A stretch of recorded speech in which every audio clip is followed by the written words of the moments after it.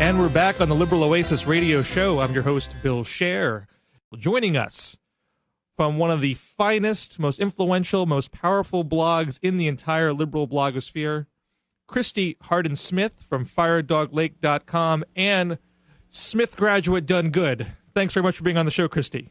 Oh, thanks for that great introduction, Bill. Oh, it is my pleasure.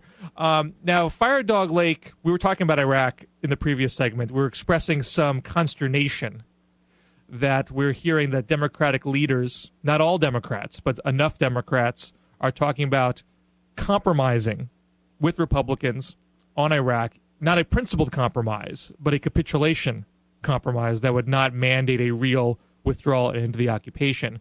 Now, FireDogLake has some plans afoot to hold these guys' feet to the fire, if I'm correct. We do.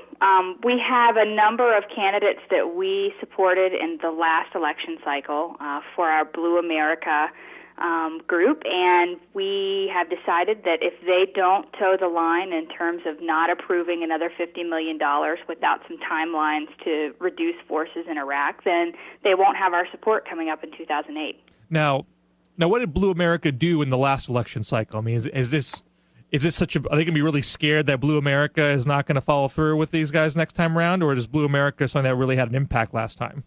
Well, the last time we raised over $500,000 for Democratic candidates who were running for Congress, both in the Senate and the House. We also have a PAC that we put together some advertisements that we ran in districts where we thought that sort of targeted advertising could do a lot of good.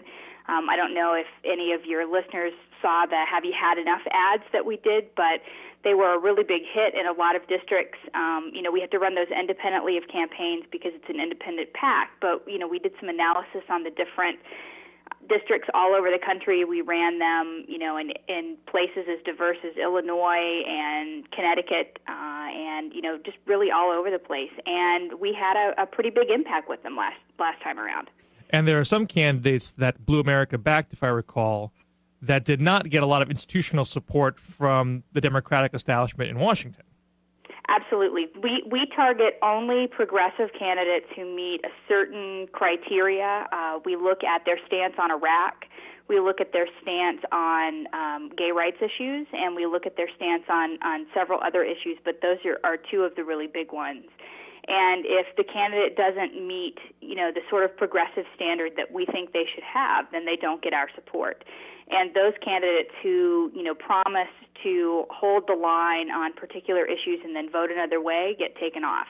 We took several candidates off even during the 2006 election cycle, and we have already eliminated a couple of people from the last time who didn't live up to what they promised. Oh, you want to name names? Well, Chris Carney, for one, in Pennsylvania. He made a lot of promises on the record. We have tried to pin him down on why he's deviated from those. Instead of facing up to that, he has refused to comment and then had his political folks go on the offensive against us for calling him on the fact that he broke his promises, and so he's off the list. There needs to be some accountability, and we're trying to hold these folks to, what they promise. We don't think that that's too much to ask. If you're going to take money from us and you promise to do something and then you don't do it, then you don't get any more money.